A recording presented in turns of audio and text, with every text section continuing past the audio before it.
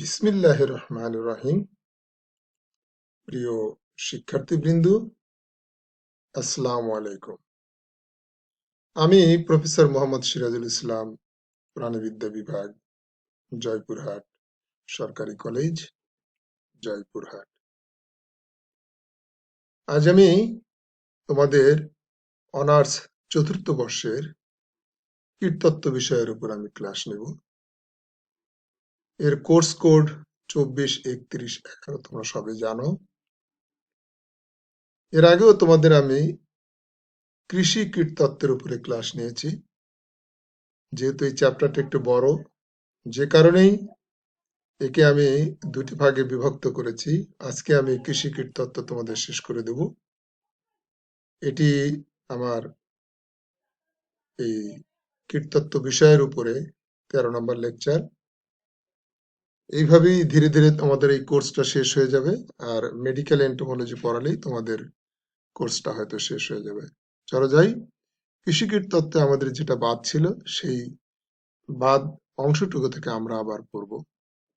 আজকে আমরা যেমন সেদিন আমরা ধানের পামরি পোকা পর্যন্ত ছিলাম, আজকে আমরা আখের ডগার মাজরা পোকা সম্বন্ধে পড়ব। কৃষি কীটতত্ত্বে আমরা কি পড়ি তা তো তোমরা জানোই। প্রত্যেকটা প্রাণীর জীবন বৃত্তান্ত, তার ক্ষতির ধরন এবং প্রতিকার, যেটি কৃষি কীটতত্ত্বের মধ্যে আলোচনা আমি করেছি। ডগার মাজরা পোকা এটি কিন্তু আসলে আখের মারাত্মক একটি কীটশত্রু। এগুলো সবসময় ছোট বড় সব রকম গাছের কচি ডগা আক্রমণ করে প্রচুর ক্ষতি করে, যে কারণেই এই পোকাটার নামই হয়েছে আখের ডগার মাজরা পোকা। এর আমরা শ্রেণীবিন্যাসগত অবস্থানটা একটু জানি, কেননা এটা তোমাদের শিখতেই হবে।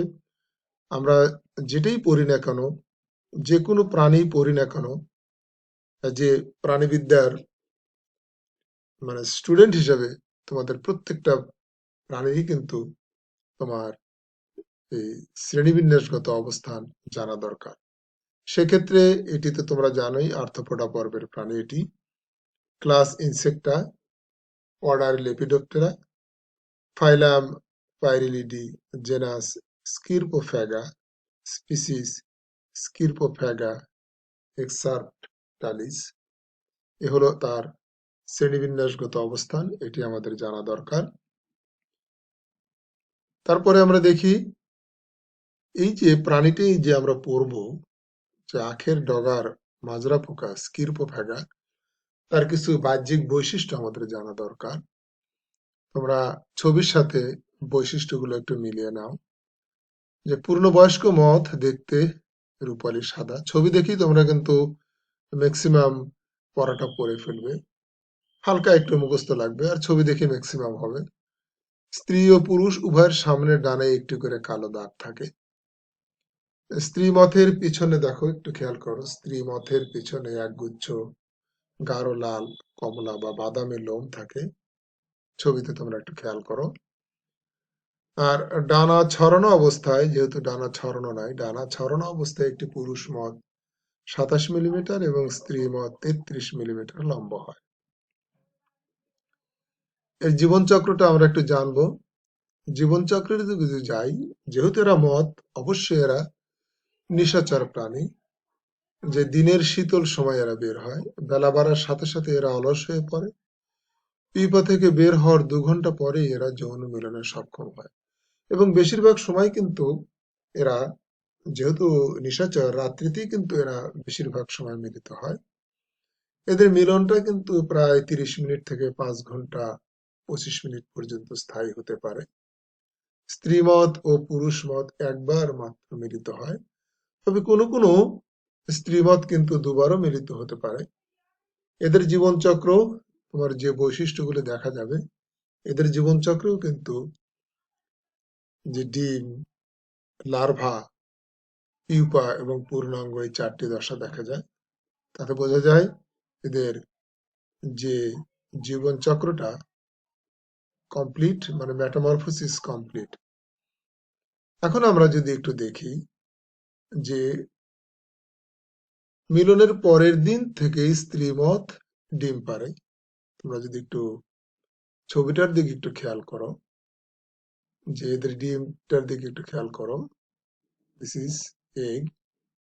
হ্যাঁ, এবং স্ত্রীমথ পাতার নিচের দিকে 3 থেকে 13টি গাদায় ডিম পাড়ে। ছবির দিকে যদি একটু খেয়াল করো তোমরা, যে ছবির কিন্তু এটা দেখা যাচ্ছে যে গাদায় এরা ডিম পাড়ে। তো এখন এই যে ডিম পাড়ার পর স্ত্রী মথটি তার পিছনে গজিয়ে ওঠা হলদে রঙের লোমগুচ্ছ দিয়ে তা ঢেকে দেয়, ফলে ডিমগুলো আর দেখা যায় না। প্রত্যেকটা প্রাণী তার পরবর্তী প্রজন্মকে সুরক্ষা করতে চায়, এটাই প্রত্যেকটা প্রাণীর নেচার। একটি গাদায় 10 থেকে 80টি পর্যন্ত ডিম থাকে এবং একটি স্ত্রী মথ 1 থেকে 4 দিন পর্যন্ত বেঁচে থেকে মোট 46 থেকে 216টি পর্যন্ত ডিম পাড়ে। ডিমের রং একটু ঘোলাটে সাদা হয়, একটু তোমরা ছবিতে যদি একটু দেখো, ঘোলাটে সাদা হয়। সূর্য ওঠার 1 বা 2 ঘন্টা পূর্বে ফুটতে শুরু করে। তাহলে আমরা জানলাম ডিম কিরকম দেখা যায়, ডিম কোথায় পারে। এরপরে স্টেজে যদি আমরা একটু যাই, পরের স্টেজটা হচ্ছে কিন্তু লার্ভাল স্টেজ। ছবির দিকে যদি আমরা একটু খেয়াল করো, তোমরা দেখো, দিস দ্য লার্ভাল স্টেজ। এইটা আমরা লার্ভাল স্টেজ, একটু খেয়াল করো।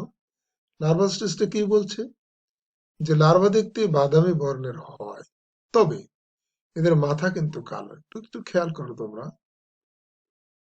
এই ছবিটার দিকে তোমরা কিন্তু দেখে তোমরা আইডেন্টিফাই করবে।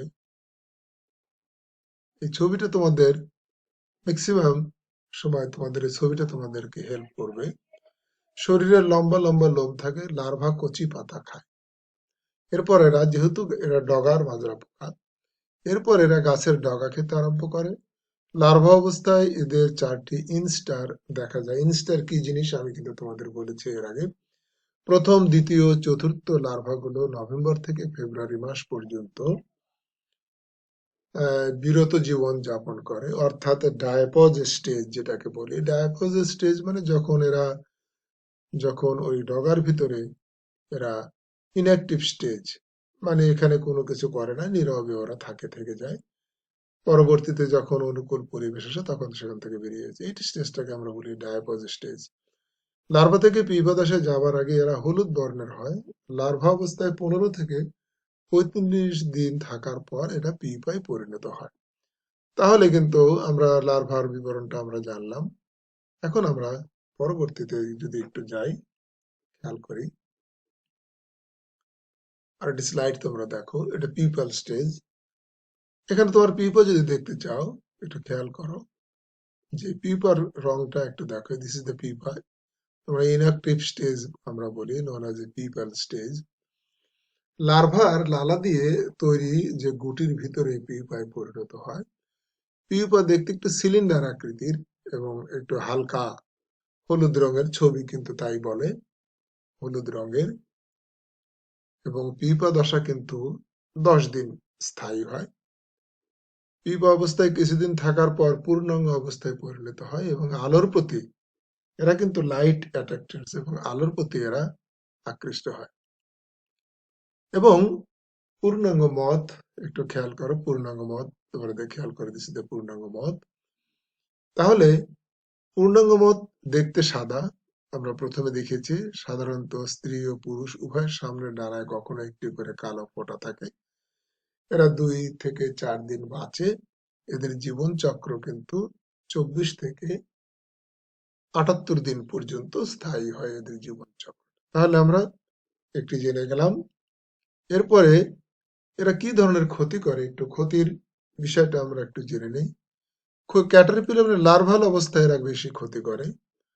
একটি ডগা ছিদ্র করে ভিতরে ঢোকে এবং ক্রমান্বয়ে বাড়ন্ত অঞ্চলে পৌঁছে যায়।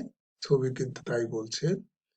এবং কেন্দ্রে পাতাটা সম্পূর্ণ বা অর্ধেক মারা যায়, যাকে ডগা ছিদ্র বা মরা ডগা লক্ষণ বলে আর কি।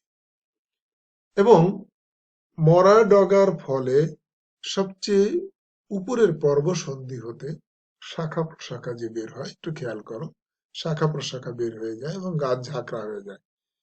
এবং পোকার আক্রমণের ফলে আখের বৃদ্ধি বিশেষভাবে ব্যাহত হয়। এর প্রতিকার আমরা যদি জানি, আমরা প্রতিকার কিন্তু কন্ট্রোল মেজার্স কিন্তু আমরা তোমাদের বলেছি, আক্রান্ত ডগা সংগ্রহ করে নষ্ট করে ফেলা, প্যারাসাইট বুস্টার ব্যবহার করা, ডিমের গাদা সহ আখের ডগা সংগ্রহ ও ধ্বংস করা, ডগার মাজরা যাতে সহ্য ক্ষমতা সম্পন্ন জাতের আখের চাষ করা, এবং আক্রমণের মাত্রা যদি বেশি হয় তাহলে আমরা আখের সারির দুপাশে নালা কেটে নালায় প্রতি হেক্টরে প্রতিবার 40 কিলোগ্রাম কার্বোফুরান বা ফুরাডান 5G অথবা এন্ডোসালফান 35 ইসি 1000 লিটার পানিতে মিশিয়ে প্রতি হেক্টর জমিতে প্রয়োগ করে মাটিতে ঢেকে দিতে হয়। এই ওষুধ প্রথমবার মার্চ মাসে এবং দ্বিতীয়বার মে মাসে প্রয়োগ করতে হয়। তাহলে আমরা জানলাম একটি। এরপরে আরেকটি গুরুত্বপূর্ণ যে পতঙ্গ, সেটা হচ্ছে ধানের সুর পোকা, আমরা ধানের চেলে পোকা বলি। ধানের সুর বা চেলে পোকাকে ইংরেজিতে রাইস উইভিল বলা হয়। এটি গুদামজাত শস্যের একটি পতঙ্গ। বিশেষ করে ধান, গম, চাউল, ভুট্টা প্রভৃতি খাদ্যশস্যের জন্য কিন্তু এরা অন্যতম ধ্বংসকারক পতঙ্গ হিসেবে কিন্তু আমাদের কাছে পরিচিত। পূর্ণবয়স্ক পোকার মাথার সম্মুখে হাতির সুরের মতো লম্বা গঠন থাকায় অনেকে এই পোকাকে হাতি সুর বা সুর পোকা বলে। এর শ্রেণীবিন্যাসগত অবস্থানটা আমরা একটু জেনে নেই, এটা তো আমাদের জানতেই হবে। এর শ্রেণীবিন্যাস: phylum Arthropoda, class Insecta, order Coleoptera, family Curculionidae, genus Sitophilus, species Sitophilus oryzae. শ্রেণীবিন্যাসটা আমরা জানলাম।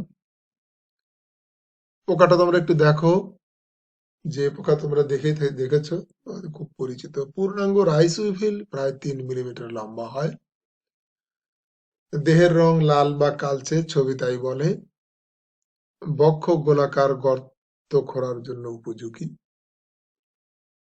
এবং মাথার সম্মুখে লম্বা সুর থাকে, যে কারণে আমরা কিন্তু একে বলছি, এই যে এর একটু খেয়াল করো, এটাকে প্রোবোসিস বলা হয়, যে লম্বা সুর থাকে, এই কারণেই এটাকে আমরা সুর পোকা বলে থাকি।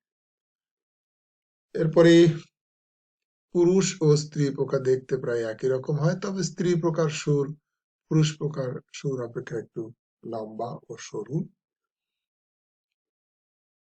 এদের পাখায় 4টি হালকা লাল ও হলুদ বর্ণের ফোঁটা বা দাগ দেখা যায়। এটা তোমরা ছবি দেখে খেয়াল করো। এদের সামনের ডানা শক্ত এবং পিছনের ডানা দুটি পাতলা। এটা কিন্তু আমরা এই জন্য কোলিওপ্টেরার অন্যতম প্রধান বৈশিষ্ট্য হলো এটি। এদের জীবনচক্রটা যদি একটু আমরা খেয়াল করি, জীবনচক্র তো প্রত্যেকটা এদেরও জীবনচক্রের 4টি দশা থাকে। তোমরা দেখতেই পাচ্ছ, এগ, লার্ভা, পিপা। এদের যৌন মিলনের পর একটি স্ত্রী পোকা শস্য দানার গায়ে ছিদ্র করে ভিতরে একটি করে ডিম পাড়ে, এবং একটি পূর্ণবয়স্ক পোকা 250টি থেকে 400টি পর্যন্ত ডিম পেড়ে থাকে। ডিমগুলো স্বচ্ছ এবং প্রায় 0.7 মিলিমিটার লম্বা ও 0.3 মিলিমিটার চওড়া। ডিম পাড়ার পর ওই গর্তের মুখে স্ত্রী পোকা এক প্রকার আঠালো পদার্থ দ্বারা বন্ধ করে দেয়। ডিম ফুটে লার্ভা বের হতে গ্রীষ্মকালে 4 থেকে 5 দিন এবং শীতকালে একটু বেশি সময় নেয়, 6 থেকে 9 দিন। সদ্য লার্ভাটা কি করে, যদি একটু খেয়াল করো, লার্ভা, আমরা যদি লার্ভার দিকে একটু তাকাই, larva, this is the larva. যে সদ্য ফোটা লার্ভাগুলো অত্যন্ত ছোট, ফ্যাকাশে সাদা এবং হলুদ হলদে মাথাযুক্ত হয়। এই অবস্থায় এদের কোনো পা থাকবে না, কোনো পা থাকে না। লার্ভা গুলো শস্য দানাকে কেটে বা ছিদ্র করে অভ্যন্তরে প্রবেশ করে এবং সেখানেই খাদ্য গ্রহণ করে ও বড় হয়। লার্ভা অবস্থায় এরা 22 থেকে 33 দিন কাটানোর পর পূর্ণভাবে প্রাপ্তি লাভ করে এবং 1 থেকে 2 দিন প্রাক পুতুলে অবস্থায় থাকে, এবং অতঃপর শস্য দানার ভিতরে শস্যদানার অতঃপর শস্যদানার ভিতরেই লার্ভাগুলো পিউপা বা পুত্তলিতে পরিণত হয়। তাহলে মজার ব্যাপার দেখো, খেয়াল করো, যখন এই লার্ভাগুলো শস্যদানার ভিতরে যখন ঢুকে যাবে, এই শস্যদানার ভিতরে যাই এগুলো কিন্তু তোমার পিউপায় পরিণত হবে। তাহলে আমরা পিউপাল স্টেজটা একটু দেখি। This is the people stage, একটু খেয়াল করো। তাহলে এর ভিতরে ঢুকে গেল। পিউপা প্রায় 4 থেকে 5 মিলিমিটার লম্বা হয়। পিউপা থেকে পিউপা কি করে, 3 থেকে 7 দিনের মধ্যেই সে পূর্ণাঙ্গ পোকায় পরিণত হয় এবং শস্যদানার আবরণ ছিদ্র করে, তোমরা এটা খেয়াল করে থাকবে, শস্যদানার আবরণ ছিদ্র করে কিন্তু এরা বেরিয়ে আসে। তবে মাত্রাভেদে কিন্তু পিউপার অবস্থা 3 থেকে 12 দিন পর্যন্ত স্থায়ী হয়। এটি কিন্তু একটি মারাত্মক এবং শস্যের এই পরিমাণ ক্ষতি করে যে মানে একদম সবকিছু শেষ করে দেয়। পূর্ণাঙ্গ দশায় আমরা যদি যাই, যে পিউপা পর্যায়ে অতিবাহিত হওয়ার পর পূর্ণতা প্রাপ্ত পিউপা পূর্ণাঙ্গ সুর পোকায় পরিণত হয়। এখন যদি আমরা একটু খেয়াল করি,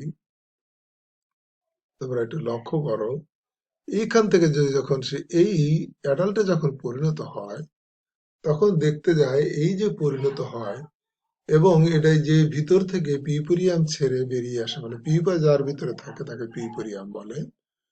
পূর্ণাঙ্গ সুর পোকা শস্যদানা আস্তে আস্তে খেতে থাকে এবং অবশেষে ছিদ্র করে বের হয়ে আসে। শস্যদানা বের হয় এবং তারা আবার বিপরীত লিঙ্গের সাথে মিলিত হয়। তাহলে ওখান থেকে শস্যদানা থেকে বের হওয়ার পরে তারা আবার বিপরীত লিঙ্গের সাথে মিলিত হবে।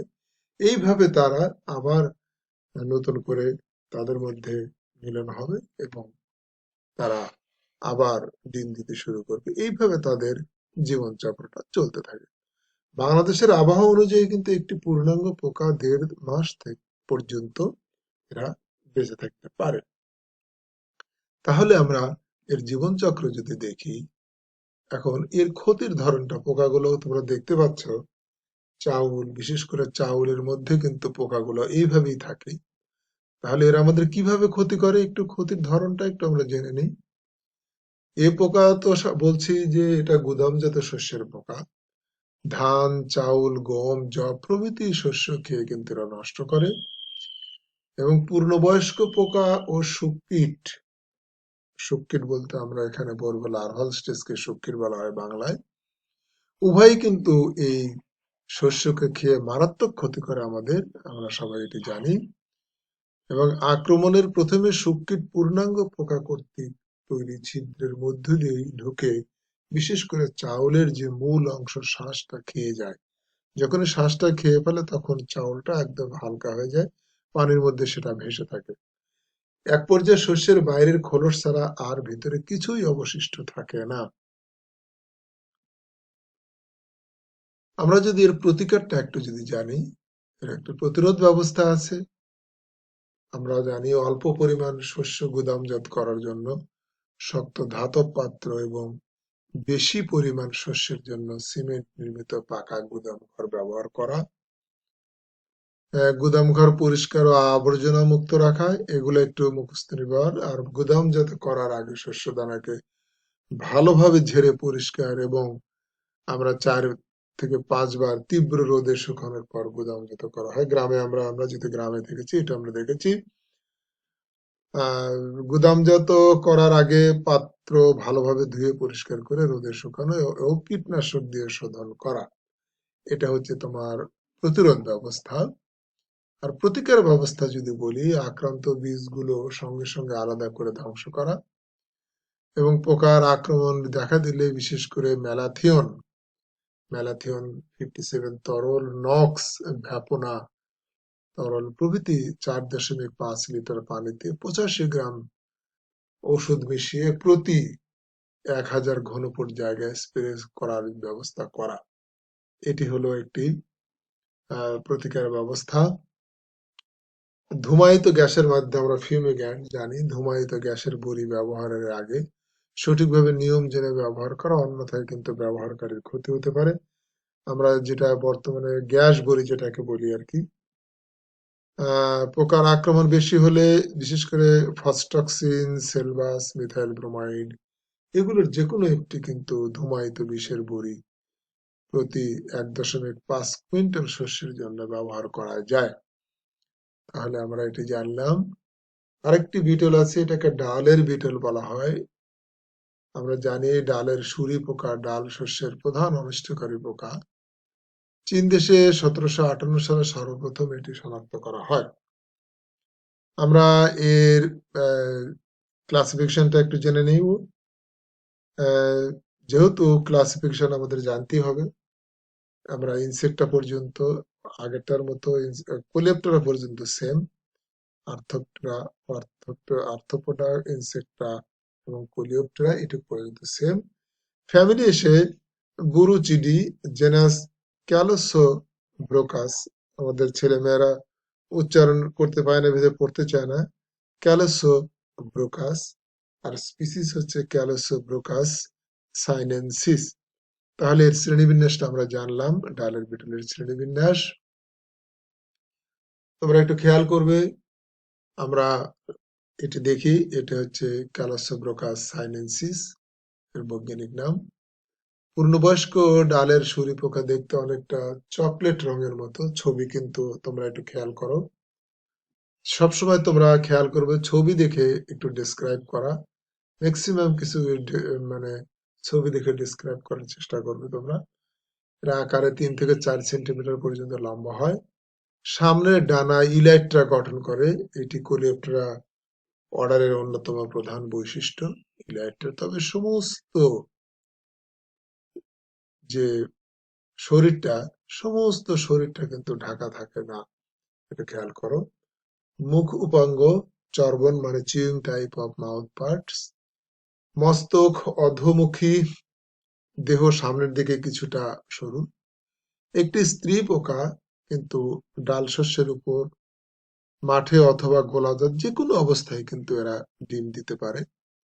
এদের যে টার্সাস, আমাদের পায়ের দিকে যে টার্সাস আছে, এখন তো টার্সাস 5 খণ্ড বিশিষ্ট, একটু খেয়াল করো। 1, 2, 3, 4, এই 5, এবং সামনে একটু নখর আছে, নখর বিদ্যমান। তাহলে এর বৈশিষ্ট্যটা আমরা জেনে গেলাম।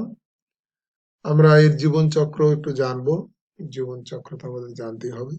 এরও কিন্তু সেই আগের মতোই, এদের জীবন চক্রের 4টি স্টেজ: এগ, লার্ভা এবং পিউপা অ্যাডাল্ট, এই 4টি। ডিম, পূর্ণবয়স্ক ডালের শুঁড়ি পোকার যৌন মিলনের পর ডিম পাড়তে শুরু করে। এই পোকা মাঠে বা গোলাজাত ডালের উপর ডিম পাড়ে। ডিমগুলো কিন্তু আঠাযুক্ত পদার্থ দিয়ে ডালের দানার উপর আটকানো থাকে। এবং আমরা যতগুলো যারা ডাউল খাই, আমরা কেউ বলতেই পারবো না যে আমরা ইনসেক্টের ডিম খাই না। আমরা প্রত্যেকেই লক্ষ লক্ষ ইনসেক্টের ডিম আমরা খাই, কারণ প্রতিটি ডাউলের উপরে কিন্তু অসংখ্য পতঙ্গের ডিম থাকে। একটি স্ত্রী পোকা সর্বোচ্চ 100টি ডিম পারে। ডিম ফুটতে 4 থেকে 5 দিন সময় লাগে। তাহলে কিন্তু আমরা যারা অন্তত এই বুটের ডাল খাই, তারা কিন্তু ইনসেক্টের ডিম আমরা অবশ্যই খাই, আমরা যে কথাই বলি না কেন। কারণ এমনিও যদি তোমরা যদি রেখে দাও, দেখবে কিছুদিন পরে ওই ডালটার ভিতরে একদম ফুকা হয়ে ভিতরে কিছু নেই, মানে ওখানে ইনসেক্টের এগ ছিল, ভিতরে খেয়ে খেয়ে ডেভেলপড হয়ে গেছে। আমরা লার্ভাটা যদি একটু দেখি, লার্ভাটা সদ্য ফোটার যে লার্ভাটা অত্যন্ত ছোট, এবং এটা দেখতে একটু সাদা রঙের হয়। এই অবস্থায় এদের কোনো পা থাকে না। আমরা যদি একটু ভালো করে থাকি, যে কোনো কোনো লার্ভাই কিন্তু আমরা পা দেখতে পাই, কিন্তু এই যে এর যে বিটেলটা, এর কিন্তু আমরা দেখো, কিন্তু আমরা পা দেখতে পাই না। তাহলে কিন্তু এই লার্ভাগুলো ডালের দানার ভিতরে ছিদ্র করে খাওয়া শুরু করে। সাধারণত একটি ছিদ্রে একটি লার্ভাই থাকে। শুককীট বা লার্ভা হতে সময় লাগে 14 থেকে 21 দিন। অতঃপর শস্য দানার ভিতরে কিন্তু পিউপার রূপান্তর ঘটে। পিউপাটা একটু কি হয়, পিউপাটা 14 থেকে 21 দিনের মধ্যেই লার্ভাটা পিউপায় রূপান্তরিত হয়। পূর্ণাঙ্গ দশাটার দিকে একটু যদি যাই, পূর্ণাঙ্গ দশা দেখতেই পাচ্ছি 4-5 দিনের মধ্যেই পিউপা গুলো কিন্তু পূর্ণাঙ্গ হয়ে ডালের দানার ভিতর থেকে এরা বেরিয়ে আসে। বেরিয়ে আসার কাজই এদের এই প্রকার জীবনচক্র শেষ হতে সময় লাগে প্রায় 23 থেকে 26 দিন। পূর্ণাঙ্গ পোকা শস্য দানা থেকে বেরিয়ে আসার সঙ্গে সঙ্গে কিন্তু এরা প্রজননের সক্ষম। এই যে পতঙ্গের এত মানে গ্রোথ, এত বংশবৃদ্ধি কেন হয়? যে যখনই ওরা অ্যাডাল্ট হয়ে যায়, অ্যাডাল্ট হওয়ার সঙ্গে সঙ্গে ওরা প্রজননের সক্ষম। এই পোকা কিন্তু 20°C-এর নিচে তাপমাত্রা যদি হয়, তাহলে শুককীট, মুক্কীট ও পূর্ণ বয়স্ক পোকার জীবনকাল বৃদ্ধি পায়। এই জন্য শীতকালে এদের জীবনচক্র একটু শেষ হতে বেশি সময় লাগে। প্রত্যেকটা পতঙ্গ, এই পতঙ্গের অবস্থা কিন্তু শীতকালে তাদের প্রজনন রেটটা একটু স্লো। আরেকটা হচ্ছে শুটকি মাছের পোকা। আমরা শুটকি মাছের পোকা যদি একটু দেখি, এটা একটি গুদামজাত ড্রাই ফিশ বিটল। এই যে মাছগুলো আছে, গুদামজাত শস্যের যে প্রতিকার ব্যবস্থা, সেটি কিন্তু এই ধানের সুরি পোকার যে ব্যবস্থা, ওই একই ব্যবস্থা কিন্তু এগুলো সব গুদামজাত শস্যের পোকা, তো যে কারণে এই একই ধরনের কিন্তু এদের প্রতিকার ব্যবস্থা। ড্রাই ফিশ বিটল বলতে আমরা বুঝি যেটাকে আমরা শুটকি মাছের পোকা বলি, এটাকে হাইড বিটলও বলা হয়। কেননা এই পোকা দেখতে প্রায় চামড়ার প্রকার অনুরূপ। এটি বিভিন্ন প্রকার শুটকি মাছের প্রধান আপদ। শুটকি মাছের ভিতরে কিন্তু আমাদের এর বই শ্রেণীবিন্যাসটা আগেরটা এইটুক পর্যন্ত, আগেরটার মতোই, শুধু ফ্যামিলিতে এসে একটু ডার্মেস্টিডি, ডার্মেস্টিডি তোমরা একটু খেয়াল করো, ডার্মেস্টিডি আর ডার্মেস্টিস স্পিসিস, ডার্মেস্টিস ম্যাকুলেটাস। এর বৈশিষ্ট্যটা যদি আমরা একটু দেখি, পূর্ণবয়স্ক বিটল লম্বা ডিম্বাকার, 6 থেকে 10 সেন্টিমিটার লম্বা। এদের দেহ কালো রঙের এবং কিউটিকলের উপরিভাগ লোমাবৃত। শুঙ্গ 11 খণ্ডায়িত ক্লাব আকৃতির। এরা উড়তে পারে এবং মাত্র 2-3 সপ্তাহ এরা বেঁচে থাকে। জীবনচক্রের দিকে যদি একটু আমরা তাকাই, এদের যে জীবনচক্র ঠিক আগের মতোই, এগ, লার্ভা, পিউপা এবং অ্যাডাল্ট। আমরা ডিমটা সম্বন্ধে একটু জানি। এরা যখন কি করে, পূর্ণবয়স্ক স্ত্রী পোকার যৌন মিলনের একদিন পরেই ডিম পাড়তে শুরু করে। যখন ডিম পাড়া শুরু করে এগুলো গড়ে দিনে 17টি ডিম পারে। এভাবে একটি স্ত্রী পোকা 14 দিনে 200 থেকে 800টি ডিম পারতে পারে। তাহলে 2 দিন পর কিন্তু ডিম ফুটে লার্ভা বা শুককীট বের হয়। এগুলোর মধ্যে 50% বাঁচে। একটু খেয়াল করো, এই যে ডিমটা মাছের গায়ে কিন্তু এই ডিমগুলো এরা পেড়ে দেয় এবং অনেক সময় ভিতরেও ডিম পেড়ে দেয়। দেওয়ার পরে কি হয়? দেওয়ার পরে যেটা হয় সেটা হলো, লার্ভাটা কি করে, লার্ভা বা শুককীট করে, লার্ভা 6 থেকে 7 বার খোলস ত্যাগ করে। যে লার্ভাটা আমরা যদি খেয়াল করি ছবিতে, এই যে এদের লার্ভা, এই যে লার্ভাটা খেয়াল করো, যে লার্ভাটা কি করে, যে 6 থেকে 7 বার খোলস ত্যাগ করে, 20 দিন পর এটি মুক্কীটে পরিণত হয়। মুক্কীট তোমরা জানো, মুক্কীট মানে পিউপা, একটি পূর্ণবয়স্ক মুক্কীট 15 মিলিমিটার লম্বা। এর দেহ লম্বা, ছিটে দ্বারা আবৃত থাকে। মুক্কীট স্বাভাবিক তাপমাত্রায় 30°C তাপমাত্রায় কিন্তু এরা 5 থেকে 7 দিন পর্যন্ত স্থায়ী হয়।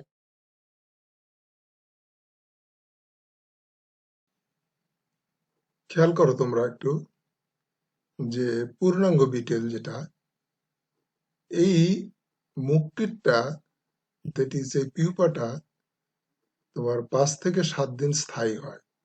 স্থায়ী হওয়ার পর কি হয়, যে এই মুক্কীটের ভিতর থেকে পূর্ণাঙ্গ পোকাটা বেরিয়ে আসে। এগুলোর সম্পূর্ণ জীবনচক্র সম্পূর্ণ হতে 30 দিন সময় লাগে। এবং স্বাভাবিক তাপমাত্রায় কিন্তু এগুলো কয়েকবার বংশ বিস্তার করে, কয়েকবার মানে এরা খোলস বদলায়। তাহলে আমরা এখান থেকে আমরা জেনে নিতে পারলাম যে আমরা যে এই যে তোমাদের যে শুটকি মাছের যে জীবন চক্র দেখালাম, এটাও কিন্তু একটা গুদামজাত শস্য। তাহলে এই যে এর যে প্রতিকার, এর যে প্রতিকার, এর যে ক্ষতির ধরন, এটা কিন্তু প্রথমেই আমি যে ধানের সুরি পোকা যখন পরিয়েছিলাম ওইটাই দিলে তোমাদের চলবে। তাহলে কিন্তু তোমাদের মোটামুটি যে যে ক্ষতিকর পতঙ্গ, তাদের জীবনচক্র, তাদের বৈশিষ্ট্য, তাদের শ্রেণীবিন্যাস, তাদের ক্ষতির ধরন, তারপরে তাদের প্রতিরোধ ব্যবস্থা এবং কি বিভিন্নভাবে তাদেরকে প্রতিরোধ করা যায় সেগুলো কিন্তু আমরা এই কৃষি কীটতত্ত্বের মধ্যে আমরা জেনে গেলাম। এই কৃষি কীটতত্ত্ব থেকে যে ধরনের প্রশ্ন আসে, এই যতটুকু পড়ালাম এইটুকু যদি তোমরা যদি ভালো করে পড়ো, বিভিন্ন পতঙ্গের জীবনচক্র এবং তাদের যে নেচার অফ ড্যামেজ, তাদের ক্ষতির ধরন, তার প্রতিকার ব্যবস্থা যদি তোমরা পড়ো, আমার বিশ্বাস তোমরা এই কৃষি কীটতত্ত্ব যেটা এগ্রিকালচার এন্টোমোলজি, এটিতে তোমরা কোনো প্রশ্ন আটকাবে না। তো আমি সম্ভবত তোমাদের এই কৃষি কীটতত্ত্বের মোটামুটি যতগুলো টপিকস আছে, যতগুলো যে মানে গুরুত্বপূর্ণ প্রাণী আছে, তার ম্যাক্সিমামই আমি আলোচনা করে ফেলেছি। এবং তোমরা যদি এই কোটেও যদি পড়াশোনা করো, আমার বিশ্বাস তোমরা কিন্তু পরীক্ষায় ভালো করবে। তোমরা কোনো কিছু কোনো প্রশ্নে আটকাবে না। যেহেতু তোমরা ঘরে আছো, তোমরা বড় ক্লাসের স্টুডেন্ট, অনার্স ফোর্থ ইয়ারের স্টুডেন্ট, তোমরা এই জিনিসগুলো ভালো করে দেখবে, ভালো করে পড়াশোনা করবে। যদি কোনো সমস্যা থাকে, এরপরে আমরা এদের কোশ্চেনের ধরন নেওয়া, এদের কি ধরনের কোশ্চেন হয় তোমরা অবশ্য জানো। তোমরা যেহেতু বড় ক্লাসের ছাত্র, তোমাদের হয়তো ওইভাবে, তারপরে তোমাদের দেখবে আমি যতটুকু পড়িয়েছি এই পড়ার মধ্যে তোমার সবগুলো প্রশ্নই থেকে যাবে। আমার বিশ্বাস সবগুলো প্রশ্নে তোমরা পারবে। তাই যারা আমি কথা বাড়াবো না, তোমরা ভালো থাকবে। তোমাদের সবার সুস্বাস্থ্য ও দীর্ঘায়ু কামনা করে আজকের মতো আমি এখানেই বিদায় নিচ্ছি। তোমাদের সবাইকে ধন্যবাদ। আল্লাহ হাফেজ।